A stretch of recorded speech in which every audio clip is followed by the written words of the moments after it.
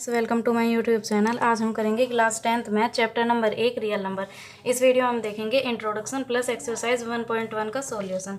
NCERT book में class 10th की पहला क्वेश्चन है, निम्नलिखित संख्याओं का एचसीएफ ज्ञात करने के लिए यूक्लिड विभाजन एल्गोरिथम का प्रयोग कीजिए। तो उससे पहले हम यूक्लिड विभाजन एल्गोरिथम क्या है ये जानते हैं।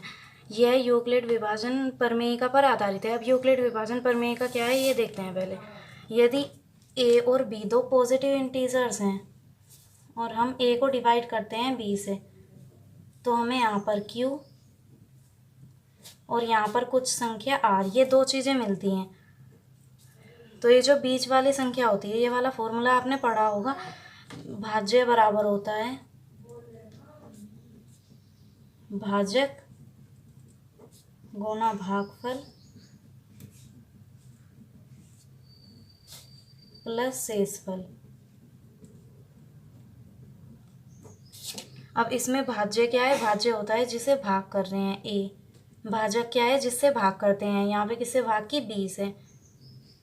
इनटू भागफल क्या है? जो आंसर मिलता है q। प्लस शेषफल क्या है? जो यहाँ पर r रिमाइंडर बचता है r। तो हम इसे इस तरह लिख सकते हैं, यूक्लिड विभाजन प्रमेयिका को a बराबर है bq प्लस r। बस यही है यूक्लिड विभाजन प्रमेयिका, इसे हम ऐसे लिख सकते हैं। इसी से यूक्लिड विभाजन एल्गोरिथम बनी है। देखते हैं आगे। यह यूक्लिड विभाजन प्रमेयिका पर आधारित है। इसका प्रयोग कर दो धनात्मक पूर्णांकों a और b, जहाँ पर a बड़ा है b से। जब हम किसी संख्या को डिवाइड करते हैं तो यहाँ पे ये जो a होता है, ये बाहर वाली जिसे हम डिवाइड कर रहे हैं उस संख्या से बड़ा होता है। जैसे हम 2 से डिवाइड कर रहे हैं 4 को, तो ये जो a है यहाँ पर, ये a है, ये b, तो ये इस वाली संख्या से बड़ा होता है, a बड़ा होता है b से। तो यही लिखा है, a बड़ा है b से का एचसीएफ नीचे दी गई गतिविधियों द्वारा ज्ञात कर सकते हैं। स्टेप नंबर 1, q और r ज्ञात करने के लिए यूक्लिड विभाजन प्रमेयिका का प्रयोग करते हैं, जहां a बराबर है bq प्लस r। ये जो r रिमाइंडर से शेषफल बचता है, ये 0 से बड़ा होता है या फिर 0 के बराबर होता है और b से हमेशा छोटा होगा। स्टेप नंबर 2, यदि r बराबर 0 तो एचसीएफ b है। यदि यहाँ पर हम भाग करते हैं, जब ये r 0 के बराबर आ गया, ये r 0 के बराबर आ गया, तो ये हमें सिर्फ हमारा आंसर ये हो जाएगा एचसीएफ। इस संख्या का एचसीएफ ये हो जाएगा अगर r 0 के बराबर है, ये बोला गया है इस स्टेप में। और इस अगर r बराबर 0 के नहीं आता तो b और r पर यूक्लिड विभाजन प्रमेयिका का प्रयोग बार बार करते रहना है। अगर ये r यहाँ पर 0 नहीं आया तो हम बार बार ऐसे डिवाइड करते रहेंगे। यहाँ पे ये संख्या बचेगी, फिर यहाँ पर जो b होगा इस संख्या को यहाँ पे बीच में लिखेंगे, फिर डिवाइड करेंगे, फिर r 0 मिल जाएगा, तो हमारा आंसर ये वाला हो जाएगा जो इधर की तरफ होगा। देखिए मैं करके बताती हूँ। जैसे 2 से हम 5 को डिवाइड कर रहे हैं, 2 2 जा 4, फिर क्या रिमाइंडर बचा 1, तो यहाँ पर 0 तो नहीं आया, तो यानी एचसीएफ ये नहीं है। हम फिर से डिवाइड करेंगे, यहाँ पर जो है उसे बीच में लिखेंगे, 1 से 2 को डिवाइड करेंगे, 1 2 जा 2। अब यहाँ पर रिमाइंडर 0 आ चुका है, r बराबर है 0, तो हमारे आंसर क्या हो जाएगा? 5 का एचसीएफ क्या हो गया? 1। ये आंसर हो जाएगा हमारा। इसी तरह इसमें बताया गया है। स्टेप नंबर 3 देखते हैं। इस प्रक्रिया को तब तक जारी रखिए जब तक शेषफल 0 नहीं आ जाता। इसी तरह हमें डिवाइड करते रहना है जब तक r 0 नहीं आ जाता। एक्सरसाइज 1.1 के सॉल्यूशन में फर्स्ट क्वेश्चन यही है, हमें एचसीएफ ज्ञात करना है यूक्लिड विभाजन एल्गोरिथम से। इसके क्वेश्चन जब हम करेंगे आपको इजीली समझ आ जाएगा। चलिए अब इसके क्वेश्चन को देखते हैं। फर्स्ट क्वेश्चन का फर्स्ट पार्ट 135 और 225। इसमें पहले हम लिखेंगे 135 छोटा है 225 से। जो संख्या छोटी होती है उससे हमें इस बड़ी वाली को डिवाइड करना होता है। तो यहाँ पे हम यूक्लिड विभाजन प्रमेयिका को जैसे लिख सकते हैं, ऐसे लिखेंगे, a बराबर है bq प्लस r। ये साइड में लिखते रहेंगे और यहाँ पे डिवाइड करेंगे। 135 से हमें 225 को डिवाइड करना है। बड़ी वाली संख्या बीच में, छोटी वाली संख्या बाहर। तो अभी देखते हैं किस पे चलेगा। 135 225 पे 1 बार चलेगा, 135 1 2 जा 2 5 जा 10 0 1 क्या है 2 3 जा 6 7 2 1 जा 2। ये इससे ज़्यादा आ रहा है, यहाँ पे 25 है, यहाँ पे 70, तो हम 1 पे ही चलाएंगे। 135। अब यहाँ पे माइनस करेंगे इसे, 5 में से 5 गए 0, 12 में से 3 गए 9, यहाँ पे 90 आ गया। अब हम यहाँ पे रिमाइंडर 0 नहीं आया, अगर रिमाइंडर 0 आ जाएगा तो यहाँ पे ये जो ये संख्या होगी यही HCF होगी, तो हम दोबारा से भाग करेंगे। अब बीच में क्या लिखेंगे, ये वाली संख्या 135। अब यहाँ पे हमें फिर लिखते चलना है कितनी बार हम डिवाइड करेंगे। यहाँ पे A क्या था 225 बराबर B क्या था जिससे डिवाइड कर रहे हैं 135 इंटू Q क्या है 1 प्लस R क्या आया 90। अब जब हम दोबारा डिवाइड कर रहे हैं तो यहाँ पे क्या होगा, यहाँ पे A ये है 135, B क्या है 90 जिसे डिवाइड कर रहे हैं, इंटू जो यहाँ पे आएगा प्लस R। तो 90 टू जा देखते हैं 180, तो हम 1 पे चलाएंगे 90 1 जा 90, 5 में से 5 गए, 5 में से 0 गए 5, यहाँ पे 3, तो ये आ गया। ये भी हम यहाँ पे लिखेंगे 90, फिर यहाँ पे Q क्या है 1 प्लस R क्या है 35। अब दोबारा से डिवाइड करेंगे क्योंकि R 0 नहीं आया। अब यहाँ पे बीच में क्या लिखेंगे, जब इससे इसे की थी जो रिमाइंडर आया था तो ये वाला अंदर लिखा था, अब ये रिमाइंडर है तो ये वाला 90 अंदर लिखेंगे। अब किस पे चलेगा 35 टू जा 90, 2 पे चलेगा। तो अब रिमाइंडर यहाँ पे क्या आ गया 0, R बराबर आ चुका है 0। फिर यहाँ पे लिखेंगे 35 90 इंटू 1 प्लस 35, ये लिख चुके हैं। अब क्या लिखेंगे, यहाँ पे A क्या था 90 बराबर है B क्या है 35 इंटू Q क्या है 2 प्लस R क्या है 0। तो यहाँ पे R बराबर है 0, चूँकि R बराबर है 0 इसलिए 135 और 225 का HCF बराबर है जो यहाँ पे संख्या आई है, जो लास्ट बार डिवाइड करने पे आएगी इधर की तरफ, वही हमारा HCF होगा 35। ये इसका आंसर हो गया। अब देखते हैं इसका सेकंड पार्ट क्या है वो कॉपी करते हैं। नंबर फर्स्ट का पार्ट नंबर सेकंड इसे करते हैं। इसमें हम देखेंगे पहले छोटी संख्या कौन सी है और बड़ी कौन सी है। तो मैंने यहाँ पे लिख लिया है ये वाली संख्या छोटी है इस वाली संख्या से। फिर हम लिखेंगे A बराबर BQ प्लस R। फिर हम छोटी संख्या से बड़ी संख्या को डिवाइड करेंगे। देखिए कितनी बार चलता है 196 2 6 जा 12 2 1 कैरी 2 9 जा 18 99 1 कैरी 2 1 जा 2 और एक 3 392। ये तो बड़ा हो गया, इससे तो 1 बार ही चलेगा 196। फिर इसे इसमें से माइनस करेंगे, 12 में से 6 गए 6, 11 में से 9 गए 8, 2 में से 1 गया 1, ऊपर से ये 2 कॉपी कर लेंगे। अब देखेंगे किस पे चलेगा 196 7 जा 7 6 जा 42 2 4 के 7 9 जा 56 7 9 जा 7। ये तो काफ़ी छोटा आ रहा है। 9 पे देखते हैं 196 9 जा 9 5 जा 45 9 6 जा 54 4 5 कैरी 9 9 जा 81 86 6 8 कैरी 9 1 जा 9 9 और 8 17। ये सही है, ये वाला इस पे चल जाएगा। तो 9 जा 1764। अब माइनस करते हैं, 12 में से 4 गए 8, 15 में से 6 गए 9, ऊपर से ये 0 कॉपी कर लेंगे। अब देखते हैं किस पे चलेगा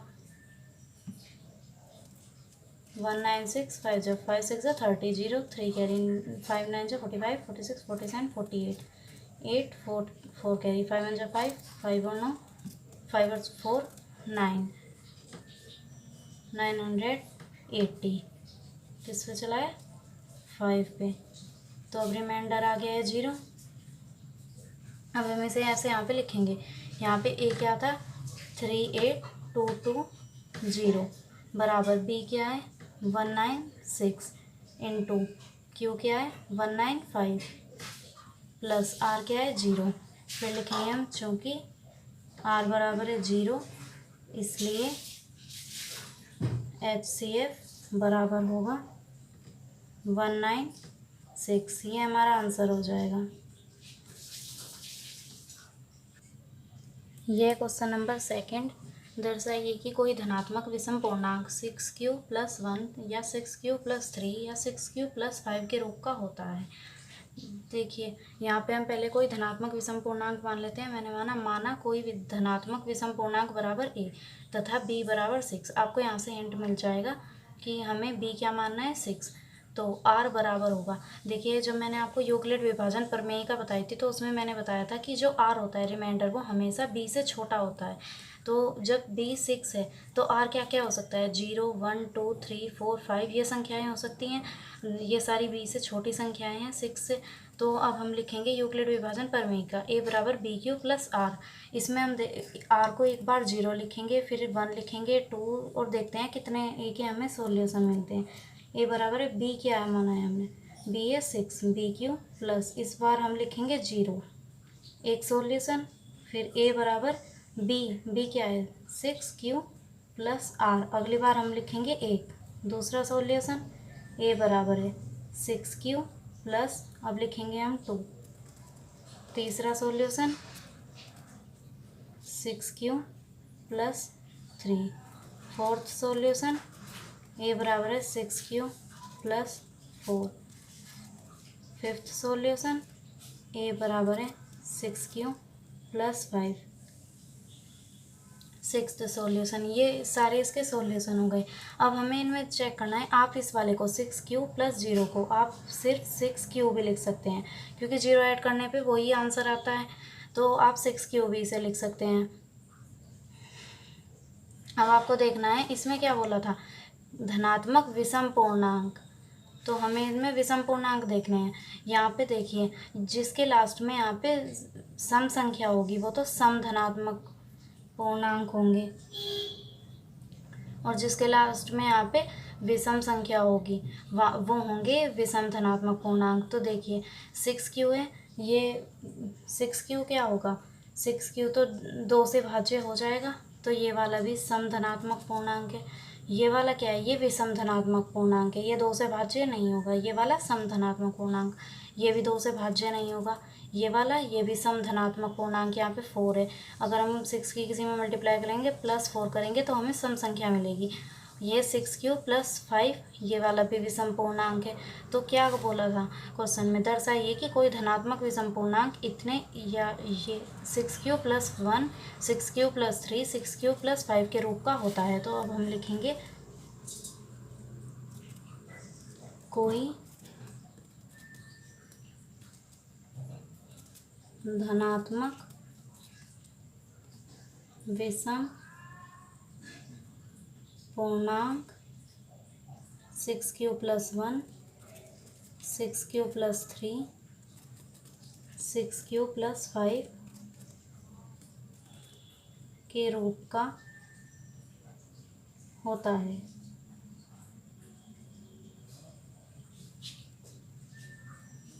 आई होप आपको ये समझ में आ गया होगा। क्वेश्चन नंबर 3 किसी परेड में 616 सदस्यों वाली एक सेना की टुकड़ी को 32 सदस्यों वाली एक आर्मी बैंड के पीछे मार्च करना है। दोनों समूहों को समान संख्या वाले स्तंभों में मार्च करना है।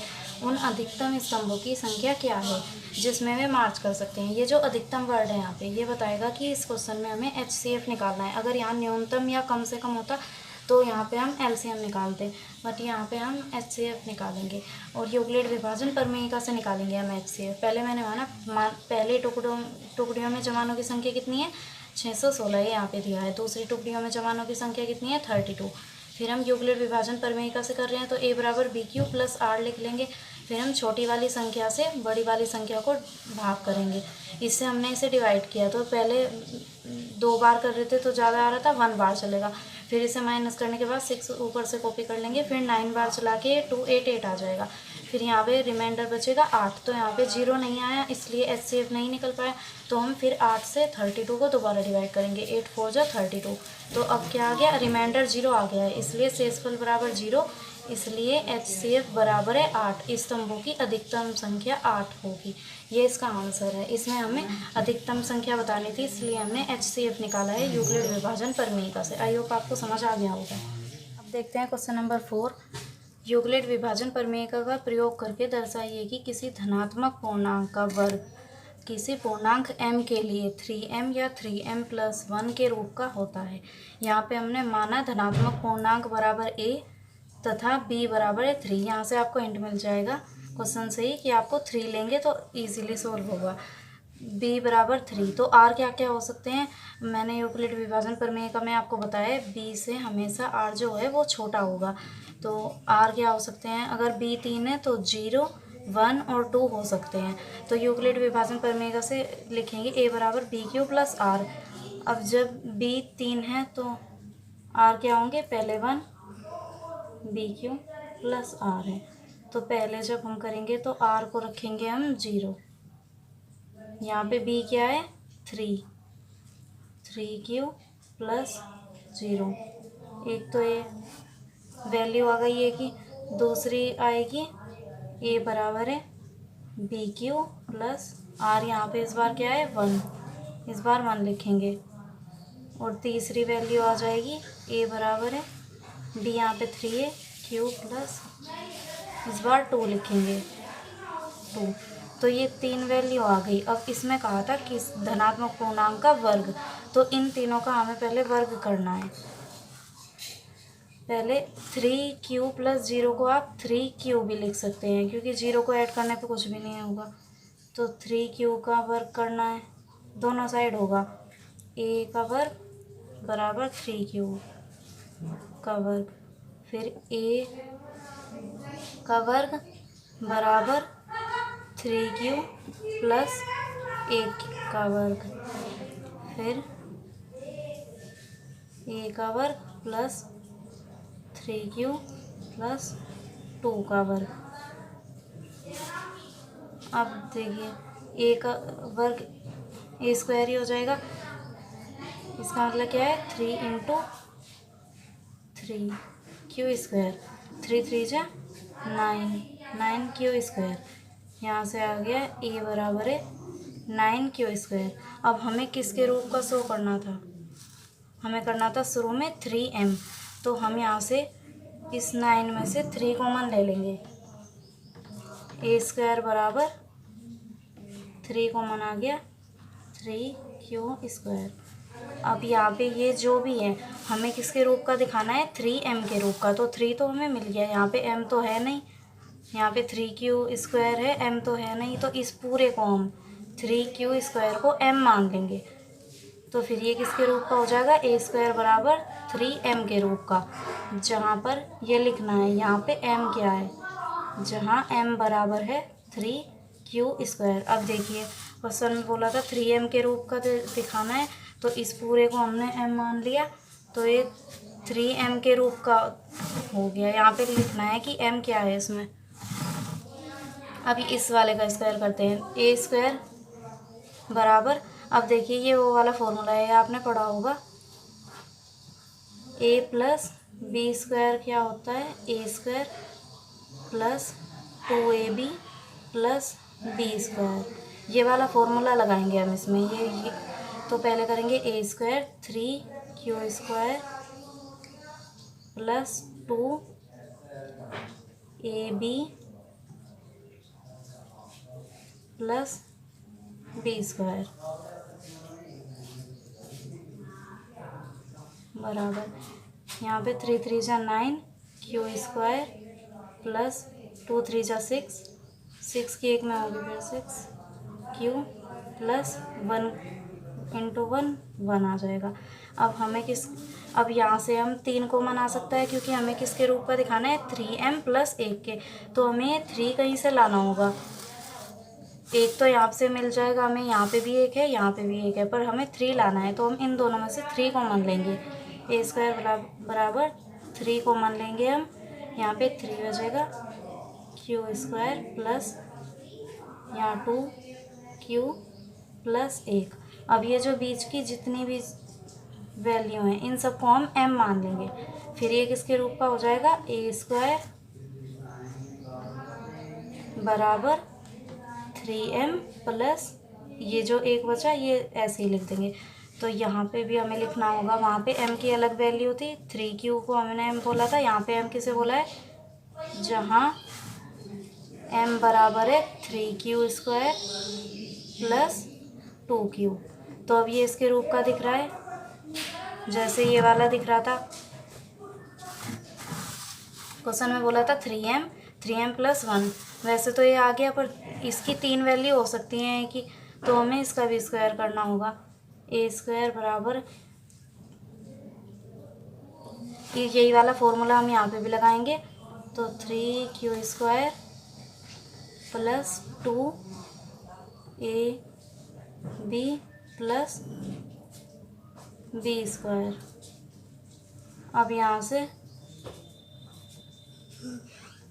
9q square plus 12q plus 2 2 जा 4। फिर यहाँ से 3 तो कॉमन आ नहीं रहा है, हमें लाना है 3m। तो यहाँ से 3 कॉमन नहीं आ रहा है, तो हमें ऐसे लिखना होगा कि इस 4 में से भी हमें 3 कॉमन ताकि आ सके। तो हम लिख लेंगे इसे 4 को 3 प्लस 1, 12q प्लस 3 प्लस 1। अब इस पूरे में से 3 कॉमन आ जाएगा, यहाँ पे क्या बचा, 3q square plus 4q plus 3 common आ गया प्लस 1, ये वाला है यहाँ पे ही बचा। फिर ए स्क्वायर बराबर 3, इस पूरे को, ये जो भी है इसे हम m मान लेते हैं, 3m प्लस 1। तो अब लिखना होगा, जहाँ m बराबर है 3q square plus 4q plus 1। तो इस तरह ये सोल्व हो गया। यहाँ पे इसके रूप में भी दिखा दिया हमने, इसके रूप में भी और इसके रूप में भी। वैसे तो ये देखिए 3m प्लस 1 यहाँ पे ही मिल गया था, पर आप 2 बार भी करके दिखा सकते हैं और 1 बार भी कर सकते हैं। बस इस तरह सवाल हो गया। अब ये देखते हैं क्वेश्चन नंबर 5। यूक्लिड विभाजन प्रमेयिका का प्रयोग करके दर्शाइए कि किसी धनात्मक पूर्णांक का घन 9m प्लस 1 9m प्लस 8 के रूप का होता है। तो यहाँ पे पहले हमें धनात्मक पूर्णांक क्या है वो मान लेंगे। माना धनात्मक पूर्णांक बराबर a तथा b बराबर 3। यहाँ पे आप सोचेंगे कि मैंने b 3 क्यों लिया। पिछले क्वेश्चन में जब क्वेश्चन में 3m वाली वैल्यूज थी तो मैंने b 3 लिया था। यहाँ पे आप कुछ भी ले सकते हैं, क्योंकि 9 का एक फैक्टर है 3, तो 3 भी ले सकते हैं या फिर 9 भी ले सकते हैं। 3 का क्यूब करने में आसानी होगी और 9 का क्यूब ज़्यादा बड़ा आएगा। इस बार क्यूब करना है, वर्ग नहीं, इसलिए मैंने 3 लिया। आप कुछ भी ले सकते हैं। आपको पता होगा r हमेशा b से छोटा होता है, तो b क्या है 3, तो r क्या क्या हो सकता है 0 1 और 2, ये 3 संख्याएं r हो सकती हैं। अब a बराबर बी क्यू प्लस आर। अब हम r की अलग अलग वैल्यू रखेंगे 0 1 और 2, तो हमें a की अलग वैल्यू मिलेंगी। a बराबर यहाँ पे b की जगह क्या आ गया 3, b हमने 3 लिया था, 3q प्लस पहले r 0 रखेंगे 0, तो एक वैल्यू तो ये आ गई। आप इसे 3q प्लस 0 या फिर 3q भी लिख सकते हैं, क्योंकि 0 लिखने पर कोई फर्क नहीं पड़ेगा। a बराबर 3q प्लस 1, इस बार हमने r की वैल्यू 1 रखी, एक a की वैल्यू ये होगी। a बराबर 3q प्लस 2, अब हमने r की वैल्यू 2 रखी। अब ये r की हमें a की अलग अलग वैल्यू मिल गई हैं, एक तो 3q, एक 3q प्लस 1, एक 3q प्लस 2। अब हमें इनका क्या करना है, क्वेश्चन में बोला था पूर्णांक का घन। अब हम इन तीनों वैल्यू का घन करेंगे। पहले हम फर्स्ट का करते हैं 3q का। हमें दोनों साइड घन करना होगा, इस साइड भी और इस साइड भी। तो पहले a का घन करेंगे, तो a का a क्यूब भी रहेगा बराबर 3q क्यूब, तो 3 की 3 बार गुना करके क्या आएगा 27 q क्यूब a क्यूब बराबर। अब हमें क्या चाहिए था, हमें किसके रूप में दिखाना है 9m के रूप में, तो हमें यहाँ पे 9 चाहिए, तो हम 9 कॉमन ले लेंगे, अंदर क्या बचेगा 3, 9 3 जो 27, तो हमने यहाँ पे 9 कॉमन ले लिया क्योंकि हमें 9 चाहिए था, और अंदर 3 बचा, q क्यूब बचा। अब हमें क्या करना है, यहाँ पे 9m के रूप में दर्शाना है। तो यहाँ पे 9 तो हमें मिल गया, m तो नहीं मिला, इसलिए हम इस पूरे को m मान लेंगे। तो यहाँ से क्या हो गया, a क्यूब बराबर 9m। फिर हमें ये भी लिखना है हमने m किसे माना, तो m क्या है यहाँ पे 3q क्यूब, जहाँ m बराबर है 3q क्यूब। इसी तरह हम अब सेकंड वाले को करेंगे क्यूब। ये सेकंड क्या था, a3q प्लस 1, इसका क्यूब करेंगे। तो आपने क्लास 9th में फॉर्मूला देखा होगा, a प्लस बी की 3 का फॉर्मूला क्या होता है, a की 3 plus 3a square B plus 3ab plus b की 3।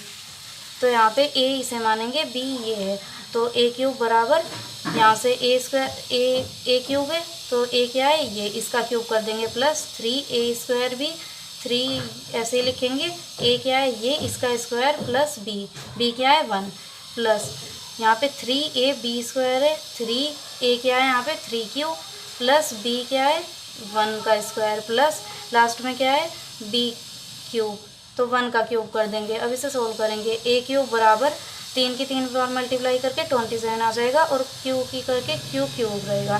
फिर यहाँ पे आप ऐसे मत करना कि 3 की पहले इसमें कर दी फिर उसका क्यूब करा, ये गलत हो जाएगा। पहले अंदर वाले को सोल्व करना, 3 3 जा 9, 9 की बाहर करेंगे 9 3 जा 27 और q था तो यहाँ पे q आ गया प्लस 3 3 जा 9 और 9 की 1 में करेंगे तो 9 आ जाएगा q प्लस 1। यहाँ पे देखिए यहाँ 3q स्क्वायर था तो यहाँ पे q स्क्वायर रहेगा। वो a क्यूब बराबर, अब हमें क्या चाहिए था, हमें शो करना है 9m प्लस 1 के रूप में। तो यहाँ पे तो ऐसा 9 कहीं पे था ही नहीं, तो हम इस पूरे में से कॉमन ले लेंगे। यहाँ पे 9 हमने कॉमन लिया तो अंदर क्या बचा, 9 3 जा 27, तो यहाँ पे 3 बचा, q क्यूब बचा प्लस यहाँ से लिया 9 3 जा 27 और q स्क्वायर बचा यहाँ पे प्लस 9 1 जा 9 बाहर आ गया प्लस q ये बचा, यहाँ पे q है 9 के साथ तो ये q बचा यहाँ पे। फिर प्लस 1 बाहर ही रखा, 1 क्यों हमने बाहर रखा, क्योंकि हमें ये 1 अलग से चाहिए। 9 के साथ जो संख्या होगी उसे हम पूरे को m मान लेंगे, प्लस 1 हमें अलग चाहिए इसलिए। अब 9 के साथ ये जो भी हमने लिया था कॉमन, इस सारे को हम m मान लेंगे और प्लस 1 ऐसे ही रहेगा। a क्यूब बराबर 9m प्लस 1। अब हमने m किसे माना वो लिख देंगे, m है 3q cube plus 3q square plus q, ये सब हमने m मान लिया। तो ये शो हो गया 9m प्लस 1 के रूप में। अब क्या करना है, हमें 9m प्लस 8 के रूप में शो करना है। तो यहाँ पे थर्ड क्या था, a बराबर है 3q प्लस 2, इसका भी हमें क्यूब करना है दोनों साइड, इस साइड भी और इस साइड भी। तो यहाँ पे a का भी हम क्यूब करेंगे और 3q प्लस 2 का भी क्यूब करेंगे। अब यहाँ पे a का क्यूब ऐसे ही होगा और 3 की 3 बार मल्टीप्लाई करेंगे, नहीं ये फॉर्मूला लगाएंगे इसमें,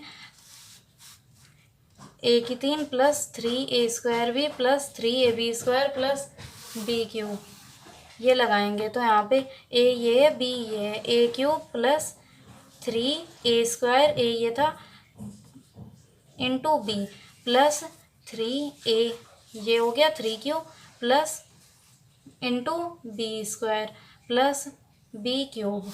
अब इसे सोल्व करेंगे, a क्यूब बराबर इसकी 3 बार मल्टीप्लाई करके 27 आ गया और q क्यूब प्लस 3, पहले इसे सोल्व करेंगे, 3 3 जा 9, 9 3 जा 27 और 27 की इसमें 2 में मल्टीप्लाई करेंगे तो 54 आ जाएगा। q स्क्वायर प्लस, पहले इसे सोल्व कर लेते हैं, 2 2 जा 4, 4 3 जा 12 और 12 3 जा 36, 36 क्यू प्लस 2 3 जा 2 2 जा 4 और 4 2 जा 8।